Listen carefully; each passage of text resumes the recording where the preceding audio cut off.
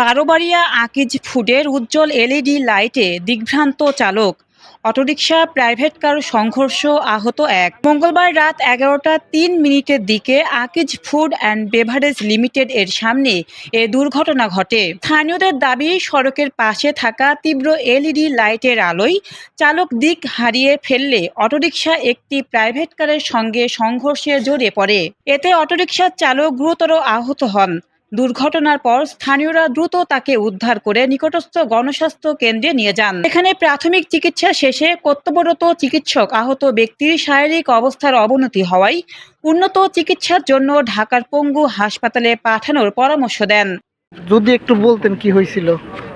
মানে এগারো আমি রাস্তা নেমে মেলা করছি, আমি ওই বাউ মুড়তে একবার এই ডান মুড়তে সাইপে মেলা করছি, তাকিদের এই যে পানির ওইখানে মানে দক্ষিণ পাশ একবার পানির ড্রাইভারের ডাক দিছি, ওখানে ইঙ্গি আহে, আমি ড্রাইভারের ডাক দিছি, ব্রেক করে আমি ড্রাইভারের ডাক দিছি, ওই বেটা কেমন হয় দাম করে এনে মেরে তাও এনে দাম করে মেরে উনি কি রং সাইড দিয়ে আসতেছিল? রং সাইড দিয়ে আসতেছিল। উনি কি ইন্ডিকেটর ইউজ করছিল? লাইট কিছুই না, কোনো কিছু ইউজ করে নাই। এখন গণস্বাস্থ্য থেকে কি বলছে? গণস্বাস্থ্যে রাখে না। এখন কি পঙ্গুতে নিয়ে যাওয়ার ঘটনার খবর পেয়ে স্থানীয়রা ঘটনাস্থলে জড়ো হন। তবে কিছু সময়ের মধ্যে পরিস্থিতি নিয়ন্ত্রণে আসে এবং যান চলাচল স্বাভাবিক হয়।